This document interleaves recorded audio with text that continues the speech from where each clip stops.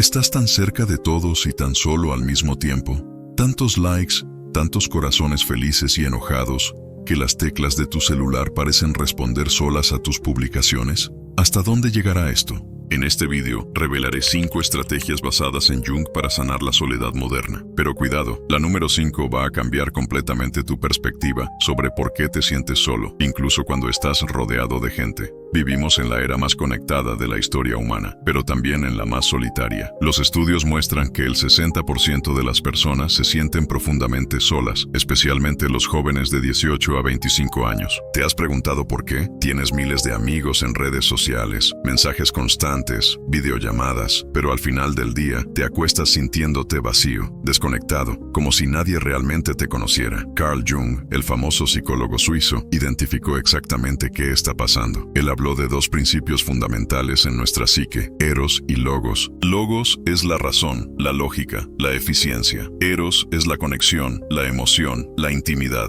Nuestra sociedad digital nos tiene atrapados en puro logos, información, productividad, intercambio rápido de datos, pero hemos perdido eros, la capacidad de crear vínculos profundos. La buena noticia es que Jung nos dio las herramientas para recuperar el equilibrio. Aquí están las 5 estrategias. Primera estrategia: aprende a reconocer cuando estás en modo solo logos. Jung decía que la mayoría de nosotros vivimos inconscientes de nuestros patrones. ¿Cómo sabes si estás atrapado en logos puro? Señales claras. Todas tus conversaciones son transaccionales. ¿Cómo estás? Bien. ¿Y tú? Bien. Compartes información, pero nunca emociones. Te sientes más cómodo mandando memes que hablando de cómo realmente te sientes. Evitas llamadas telefónicas porque toman mucho tiempo. El ejercicio práctico. Durante una semana, antes de cada interacción social, pregúntate: ¿estoy aquí para intercambiar información o para conectar genuinamente? Jung creía que la conciencia es el primer paso hacia la transformación. No puedes cambiar lo que no reconoces. Segunda estrategia: convierte la presencia física en presencia emocional. Estar en el mismo lugar no significa estar presente. Jung hablaba de participación mística, esa conexión profunda que sentimos cuando realmente estamos aquí,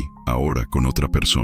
El problema moderno: estamos físicamente presentes pero mentalmente ausentes. Nuestro cuerpo está aquí, pero nuestra mente está en el próximo mensaje, la próxima notificación, la próxima tarea. Técnica práctica de Jung: cuando hables con alguien, concéntrate en sus ojos, no en su boca. Escucha para entender sus emociones, no para responder con lógica. Pregúntate: ¿qué está sintiendo esta persona detrás de sus palabras? Jung descubrió que cuando practicamos presencia auténtica, automáticamente activamos eros. La conexión sucede naturalmente cuando dejamos de estar en modo automático. Resultado: las personas empiezan a abrirse contigo porque sienten que realmente las ves. Tercera estrategia: practica la vulnerabilidad selectiva estratégica. Jung decía que la intimidad requiere riesgo emocional, pero ojo, no se trata de vomitar todos tus problemas sobre cualquier persona. La vulnerabilidad selectiva significa compartir algo ligeramente más profundo de lo que normalmente harías, con personas que han demostrado ser confiables, en el momento apropiado. En lugar de «¿estoy bien?», di «estoy pasando por un momento complicado, pero estoy aprendiendo mucho de mí mismo». En lugar de «el trabajo está bien», di «últimamente me he dado cuenta de que necesito más propósito en lo que hago». ¿Tú has sentido algo así? Jung observó que cuando nos abrimos gradualmente, invitamos a otros a hacer lo mismo. Es como un baile emocional. Das un paso, esperas, ves si la otra persona da otro paso. La clave: vulnerabilidad